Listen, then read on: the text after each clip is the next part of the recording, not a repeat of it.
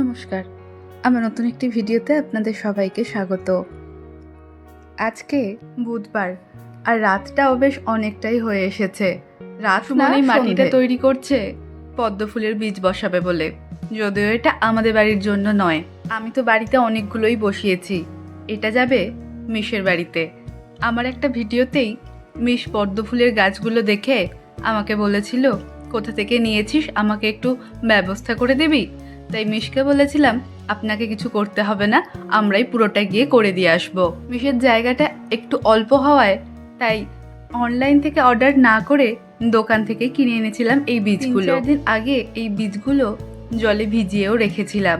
কাল সন্ধেবেলা হঠাৎ করে সুমন বলল, আজকে তাহলে মিশের বাড়িতে মাটিটা রেডি করে দিয়ে আসি। বীজ থেকে তো অঙ্কুর বেরিয়েই গেছে।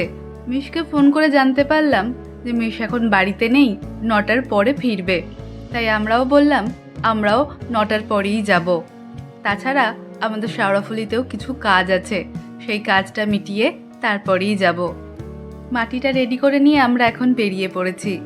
যাওয়ার সময় দেখি আকাশের চাঁদটা বড় সুন্দর লাগছে দেখতে, কিন্তু আজকে আর চাঁদের ছবি তুলে সময় নষ্ট না করে আমরা শাওড়াফুলিই যাচ্ছি। একটু কাজ তো রয়েইছে, যেগুলো খুব তাড়াতাড়ি শেষ না করতে পারলে শাওড়াফুলিতে অনেক দোকান বন্ধ হয়ে যাবে, তখন আমাদের বেশ অসুবিধেই হবে।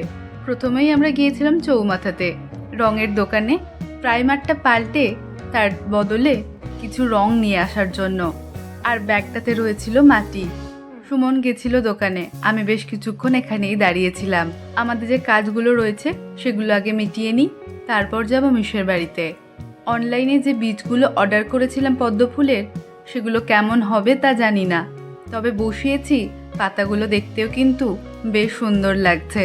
কবে কুড়ি আসবে তাও জানি না, আদেও আসবে কি না এবছরে সেটাও জানি না। অনলাইন থেকে নেওয়ার এটা একটা অনিশ্চয়তা তো রয়েইছে, তাই মিশেরটা আর রিস্ক না নিয়ে দোকান থেকেই নিয়ে এসেছিলাম। দোকান থেকে নেওয়ার আরও একটা কারণ তো একটু আগেই বললাম, দোকান থেকে নিলে অল্প নিতে পারতাম, আর না হলে অনেকগুলো বীজ হয়ে যেত, যেটা মিশের বাড়িতে রাখা যেত না, আর আমাদের বাড়িতে রাখতেও বেশ অসুবিধা হবে। এখন সুমন গিয়েছিল এটিএমে, আমি দাঁড়িয়ে থাকবো, তাই দোকান থেকে কুরকুরে কিনে খাচ্ছিলাম। ও আমাকে ফেরার সময় বলল, এই যে ভিডিওটা করছি, এই ভিডিওটা যেন আমি ভিডিওতে দেখতে পাই, তুমি যেন ডিলিট করে দিও না। তাই ওর কথা শুনে আর ডিলিট করে দিইনি। কুরকুরে শেষ হতে না হতেই আজকে আমার আইসক্রিম মন করছিল, অনেক দিন হলো খাইনি। ইচ্ছে অপূর্ণ না রেখে আইসক্রিমটা নিয়েই নিয়েছি। এখন যাচ্ছি মিশের বাড়িতে, কিছুক্ষণ সময় এখন এখানেই কাটাবো, কিন্তু কতক্ষণ কাটাবো যখন যাচ্ছিলাম তখন কিন্তু জানতাম না। তো এরকমই করেছিলাম যে ওখানে গিয়ে মাটিটা রেডি করেই চলে আসব, কিন্তু উপরে উঠে দেখি মিশ দরজা খুলেই রেখেছে আমাদের জন্য। গিয়েই প্রথমে ব্যালকনিতে চলে যাই, ওখানেই বসাবো গাছটা। আর সুমন যখন মাটি ঠিক করছিল তখন এসে দেখি মিশ আমাদের জন্য মজিটো বানাচ্ছে।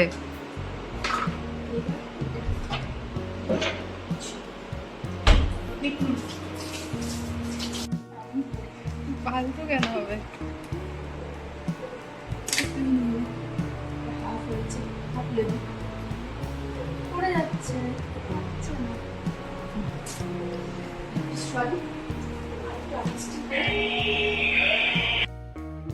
আমরা মজিটো খেতে খেতে স্যার আর ম্যামের সঙ্গে বেশ কিছুক্ষণ গল্প করছিলাম।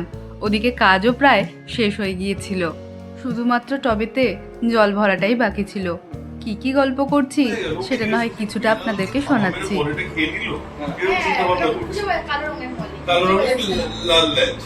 এইবার তোমার অনেকদিন বাদে, বোধহয় 4 মাস বাদে ফ্রিজ পরিষ্কার হচ্ছে আমাদের। ফ্রিজের পেছনে একটা ট্রে থাকতো, জানো, ওর ভেতরে দেখি খেলা করছে, রীতিমতো বড় হয়ে গেছে, এক দেড় মাসের বেশি। ও উপর থেকে লাভ মেরেছিল কোনো কারণে, অ্যাকোয়ারিয়ামের উপর থেকে ওই জলে পড়েছে, মানে দিব্যি বেঁচে আছে। ঠান্ডা জল দিব্যি বেঁচে আছে। ওখানে ওটা বাচ্চাও পেরেছিল ওরা, খুব মজা ছিল। গল্পটা শেষ করে যখন বাড়ি যেতে যাব তখন মেশা আমাদেরকে বলল, তোদের জন্য এগ রোল এনেছি। তো খাওয়া দাওয়াও সেটা ওখানেই করে ফেললাম, না বলে তো আর চলে আসতে পারছিলাম না। তারপর স্যারের সাথে ছাদেও গেলাম। আমরা চারজনে মিলে বেশ কিছুক্ষণ ওখানে গল্প করলাম।